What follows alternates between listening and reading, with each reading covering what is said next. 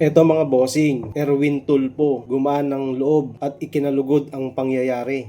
Pinahayag ni Senador Erwin Tulfo na nakaramdam siya ng paggaan ng loob matapos marisolba ang sigalot sa liderato ng Senado. At mahalal si Senador Sherwin Gatchalian bilang bagong Senate President. Ayon kay Tulfo, panahon na upang isantabi ang alitan at magtuloy-tuloy na ang trabaho ng Senado para sa kapakanan ng publiko. Relieved and happy kasi magagawa na namin yung trabaho namin. Kawawa yung taong bayan kawawang kawawa, ani Tulfo. Sinabi ng senador na ang matagal ng tensyon sa loob ng mataas na kapulungan ay nakakaapekto sa pag-usad ng mga panukala at iba pang mahalagang gawain ng Senado. Ang pahayag ni Tulfo ay kasunod ng formal na pagbuo ng bagong mayorya sa Senado na nagwakas sa ilang linggong tunggalian sa liderato at nagbigay daan sa muling pag-usad ng mga gawain ng kapulungan. Kayo mga bossing, anong masasabi nyo sa naging reaksyon ni Senador Erwin Tulfo na gumaan ang loob at ikinalugod ang pangyayari?